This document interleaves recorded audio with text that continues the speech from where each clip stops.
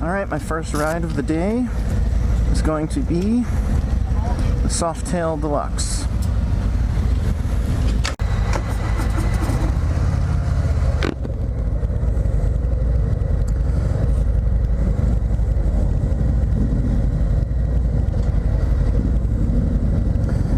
Well, if you haven't seen me on my channel before, my name's Dave. I have been riding Harleys for 3 years. Got about 30,000 some miles under my belt.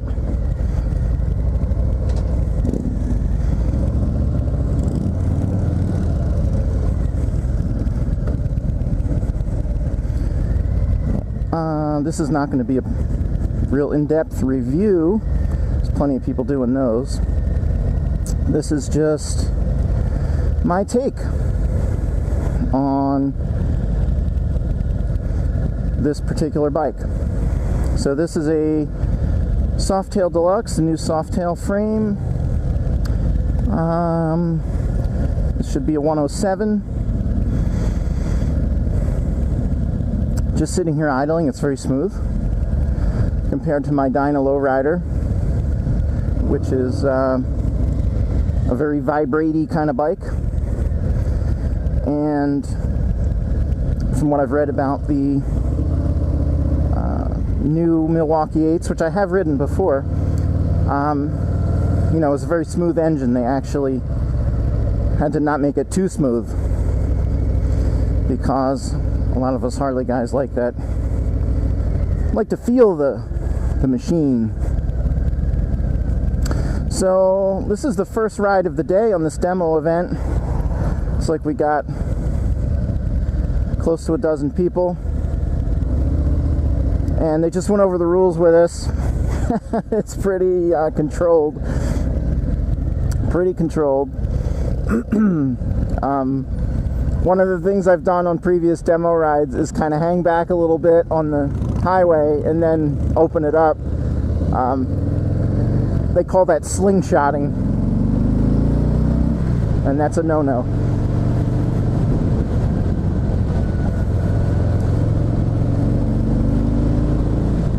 So the 107, this bike definitely has more torque, more power than my Lowrider, which is the 103 twin cam. Yeah, this thing really, just turn that throttle and you are moving.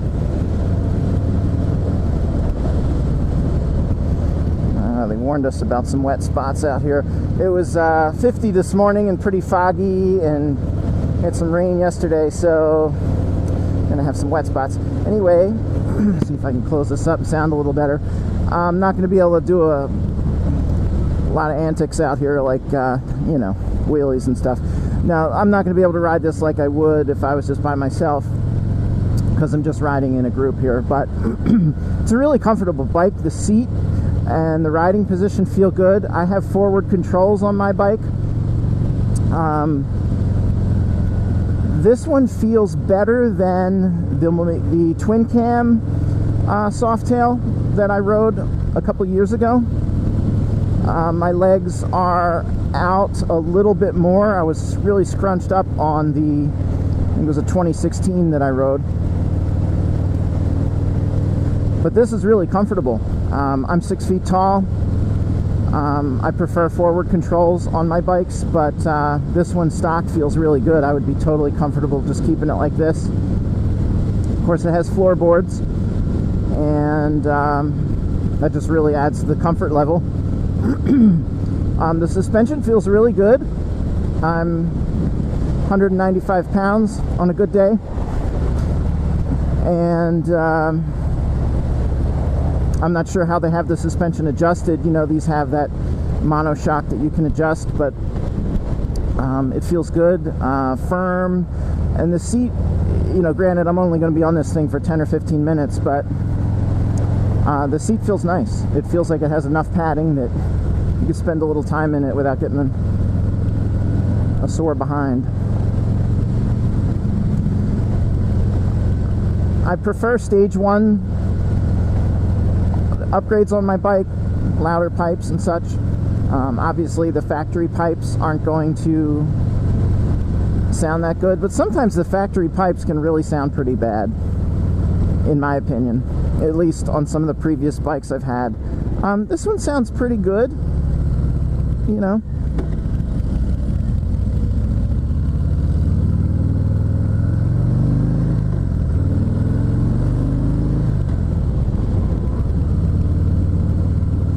But that's very subjective. I'm sure even after a little while I would want some louder pipes on it.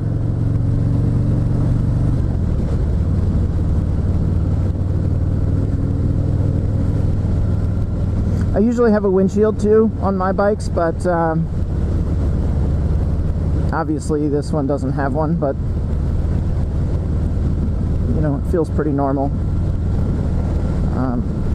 The handlebars are about the same width as what I have on my Dyna.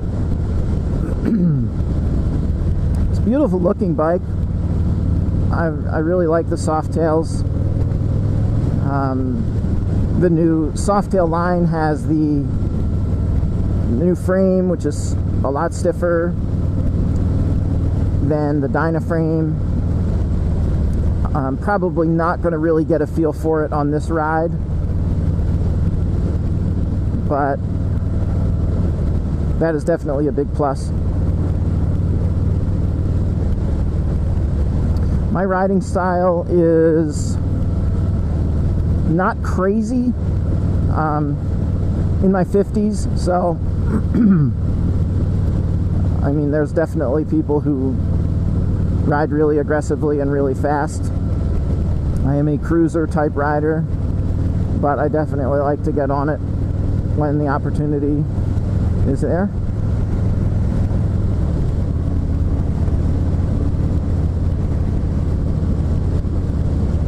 You can see the speedometer pretty well without putting your head down. On my Dyna, I really do have to look down quite a bit to see the tach and the speedo, which is on the tank, but this one's pretty good. You can just use your eyeballs.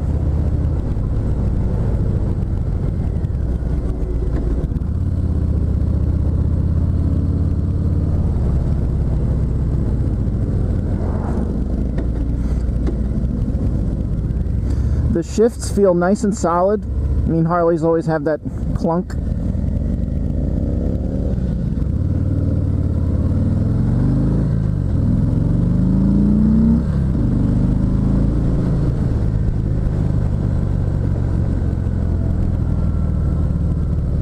But the shifts do feel nice and solid. Uh-oh.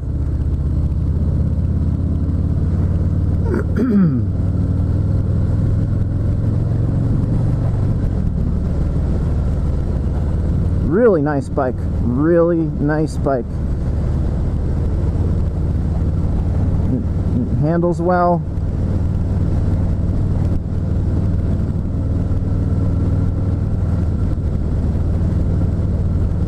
You know, a more refined version, I guess you could say, of the Dyna and the Softail that came before it.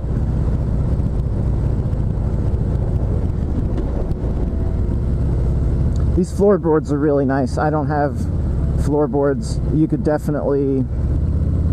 It just gives you a feeling that you could really do some long hours and not get fatigued.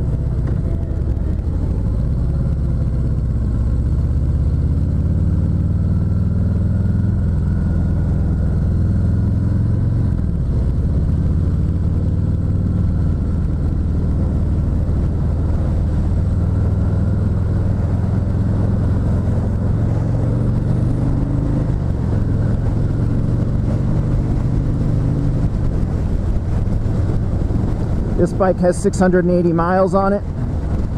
Just broken in. This is the hard part of the test ride for me. I really want to open the throttle up and go up to about 75 miles an hour and see what it feels like.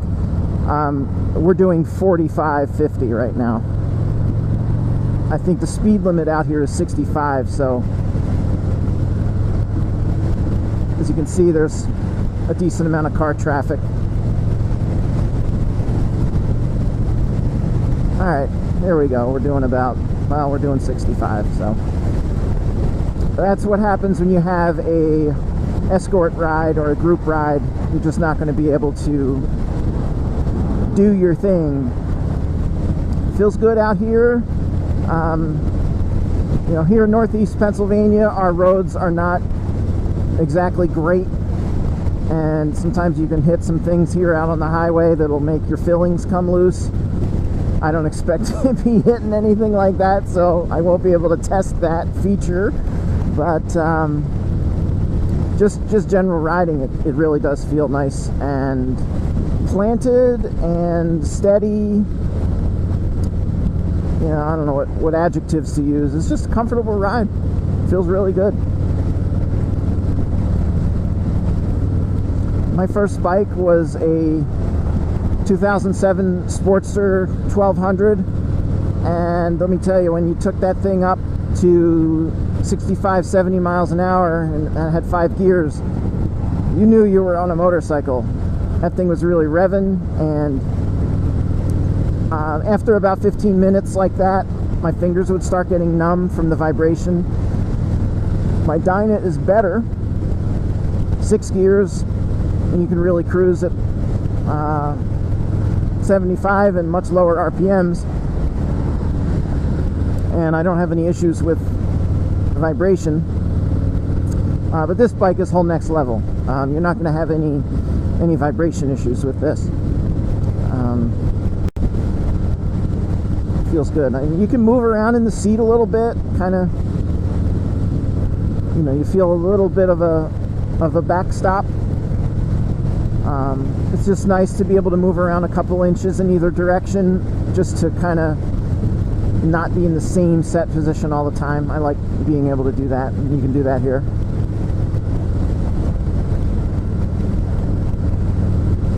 I've always liked the look of the Softail, the old Softail, 2016 and earlier. I don't like the look of the Heritage at all, the new one. I mean, I don't know what they were thinking with that bike. It's just not what I think of when I think of a Heritage. But I know people like them and have them, and that's cool. But I really like the look of the Softail Deluxe with the white walls, and it has more chrome. I definitely do prefer chrome, so maybe that's it. But this is a beautiful looking bike as well. So as my test ride is winding down here, I have to give it thumbs up for sure. This is a really enjoyable bike to ride. Although I haven't been able to put it through all its paces, I definitely understand why people are like, hey, these new Softails really feel good. And today I'm going to be riding a bunch of other ones, hopefully. So I'll get some comparisons. And of course, brakes. The brakes feel really nice. Don't quote me, but I believe this one is a single disc.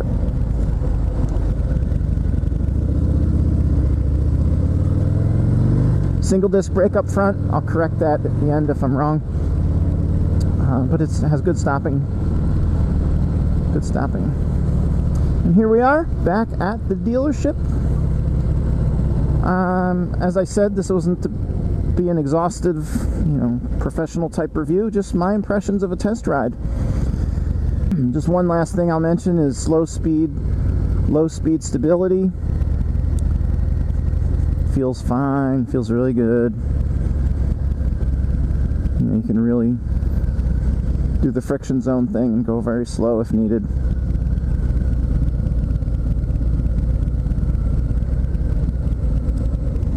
And there we are.